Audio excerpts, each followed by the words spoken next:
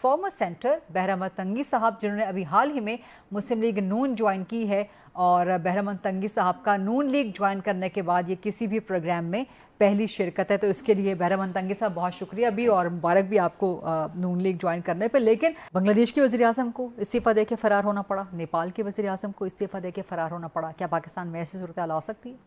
नौजवान पहले बड़े तंग हैं इस वक्त। फरीदा, मैं समझता हूँ कि मैं सेनेटर अली ज़फ़र साहब से मुत्तफ़िक़ इसलिए नहीं हूँ कि इस वक्त पाकिस्तान के नौजवान मियाँ मोहम्मद शहबाज शरीफ साहब की क़ियादत में मुत्तहिद हैं।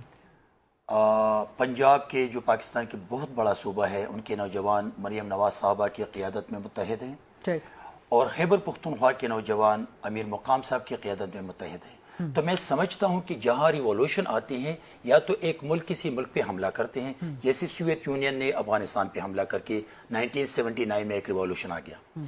और अगर बांग्लादेश की या नेपाल की हम बात करते हैं तो वहाँ के नौजवान, और आज जो तकरीबन 1.5 साल से नौजवानों के बारे में prime minister of Pakistan, chief minister of Punjab और खैबर पुख्तूनख्वा में अमीर मुकाम साहब और पाकिस्तान मुस्लिम लीग नून की हुकूमत जो नौजवान के लिए जो ग्राउंड दे रहे हैं, उनकी उम्मीदों का मरकज इस वक्त मुस्लिम लीग नून है। लेकिन आप दरमियान में से पीटीआई के नौजवानों को माइनस कर रहे हैं, देखिए जमात इस्लामी के नौजवानों को माइनस कर रहे हैं। देखिए, मैं किसी भी बलूचिस्तान की जो पोजीशन जमाते हैं उनके नौजवानों को माइनस पार्टी के नौजवानों को माइनस नहीं इसलिए करता हूँ कि वो भी पाकिस्तानी है और उनको अभी समझ आ रही है कि वो कौन सी। देखिए, अगर 100 में से 10 कहें तो बिल्कुल ये मुमकिन है।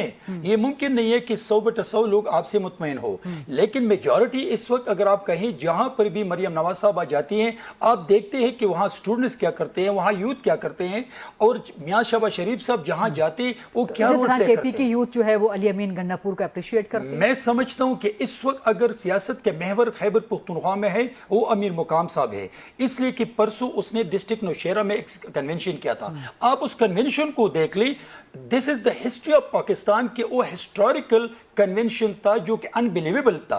तो मैं समझता हूं कि इस वक्त पाकिस्तान के आप कह रहे हैं कि इस वक्त कोई बिल्डिंग ग्राउंड मौजूद नहीं है, पाकिस्तान में कोई चांस कोई रिवॉल्यूशन ऐसा नहीं है, बल्कि रिवॉल्यूशन आ चुका है जो पाकिस्तान मुस्लिम लीग नून की क़ियादत में मुत्तहिद होते जा रहे हैं और मजबूत है। ये रिवॉल्यूशन आ चुका है। लेकिन बिलावल भुट्टो सरदारी तो इस चीज से मुत्तफिक नहीं है। वो कहते हैं कि आपके वजीर आजम काम ही नहीं कर रहे। मिसाल के तौर पे कल भी उन्होंने शिकवा किया, आज भी शिकवा किया। तो क्या वजह है कि हुकूमत सैलाब मुतासरीन को पैसे नहीं दे रही? तो क्या बिलावल भुट्टो सरदारी साहब ने 3 दिन पहले मरियम नवाज साहबा के काम को अप्रिशिएट नहीं किया? क्या ये आपने भी सुना है? वो पूरी दुनिया ने सुना है। मेरे ख्याल में इस वक्त जो प्राइम मिनिस्टर साहब और उसकी टीम जो फ्लड इफेक्टिव में जो रोल प्ले कर रहे हैं, मैं आपको बता दूं कि फ्लड इफेक्टिव की 3 फेस होते हैं नेचुरल डिजास्टर की। ये एक इमरजेंसी फेस होता है, एक रिहेबिलिटेशन और एक डेवलपमेंट फेस का। तो मेरे ख्याल में रेस्क्यू एंड रिहेबिलिटेशन चल रही है। तो आई थिंक कि फ्लड इफेक्टिव में जो इस वक्त नून और प्राइम मिनिस्टर साहब और उसकी टीम जो रोल प्ले करे, मैं समझता हूं कि ये पाकिस्तान की तारीख में कभी नहीं हुआ है।